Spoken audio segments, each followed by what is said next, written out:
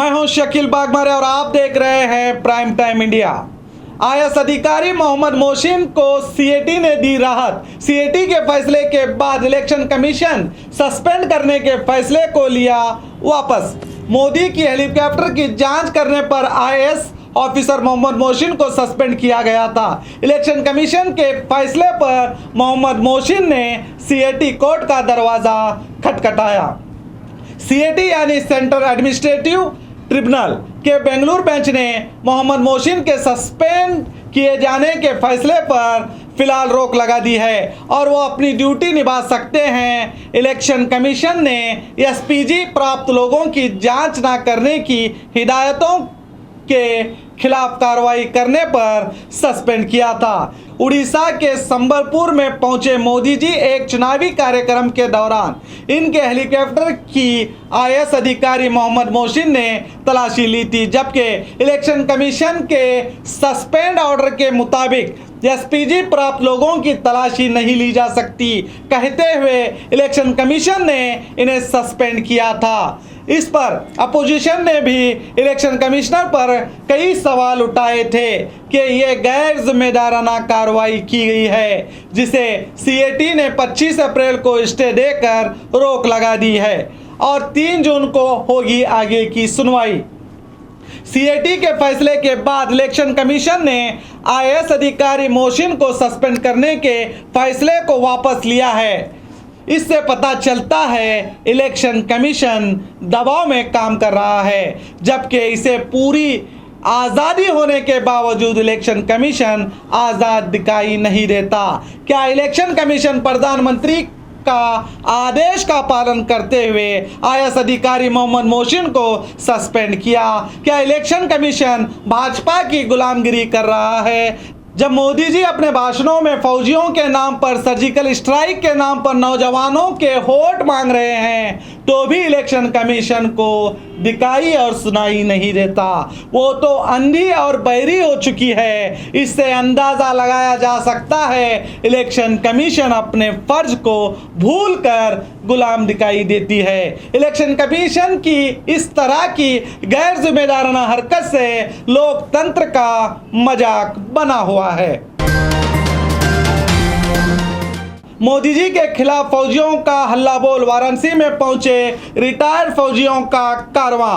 मोदी जी के खिलाफ 100 से ज्यादा रिटायर्ड फौजी वाराणसी में प्रधानमंत्री चुनाव लड़ रहे हैं। उनके मुकाबले तेज बहादुर फौजी आजाद उम्मीदवार चुनाव लड़ रहे हैं। तेज बहादुर यादव के सपोर्ट में 100 से ज्यादा फौजी पहुंच चुके हैं। इन फौजियों का कहना है कि पीएम मोदी फौज को कमजोर कर रहे हैं और फौज में गलत कामों को बढ़ावा दे रहे हैं। ये सब जवान वाराणसी के मधवडी बे इलाके में ठहरे हुए हैं और फैसला किया है कि खराब खाने की शिकायत करने के बाद तेज बहादुर यादव को बर्खास्त किया गया। बीएसएफ जवान की हिमायत में वो मुहिम चलाएंगे। ये वही तेज बहादुर हैं जिन्होंने फौजियों को दिए जाने वाले खाने का सच बाहर लाते हुए आवाज़ उठाई थी, जो एक वीडियो के जरिए बताया था, जो बहुत ही वायरल हुआ। उसके बाद इनकी समस्याओं को हल करने के बजाय फौजी तेज बहादुर को ही फौज से निकाल दिया गया।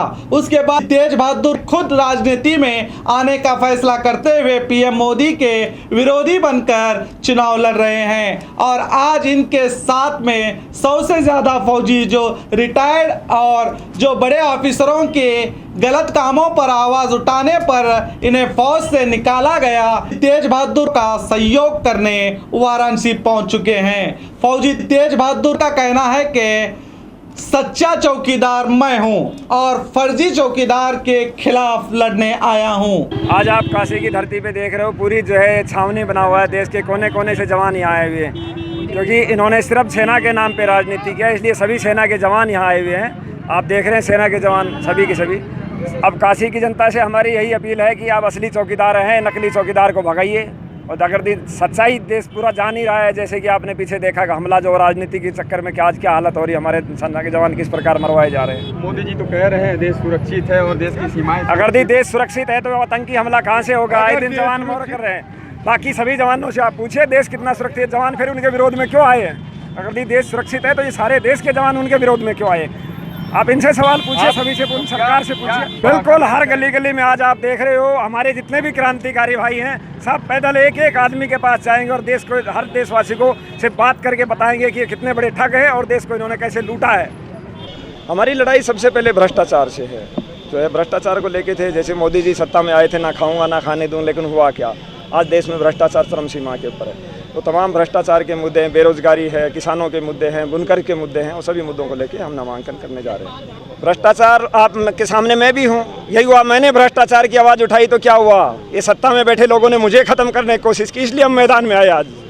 कि आप देख रहे हैं हमने सबसे पहले भ्रष्टाचार का मुद्दा उठाया था और आज हमारी हालात क्या है। ये जितने भी जवान खड़े हैं ये सब ने भ्रष्टाचार का मुद्दा उठाया। इनकी आप देखिए, आपके हमारे कुछ पुलिस के भाई खड़े हैं, इनसे आप पूछ के देख लीजिए, कोई पुलिस वाला अगर ईमानदारी से ड्यूटी करना चाह रहा है तो क्या आज का जो बड़े नेता लोग क्या उसकी ड्यूटी करने देते हैं? इसलिए हम मजबूर होकर सेना के जवानों को आज मैदान में आना पड़ा है। तो हम इसीलिए तो आए हैं। 70 साल में पहली बार कोई एक जवान जो है संसद के अंदर जाएगा तो इस देश के हित की बात करेगा वो।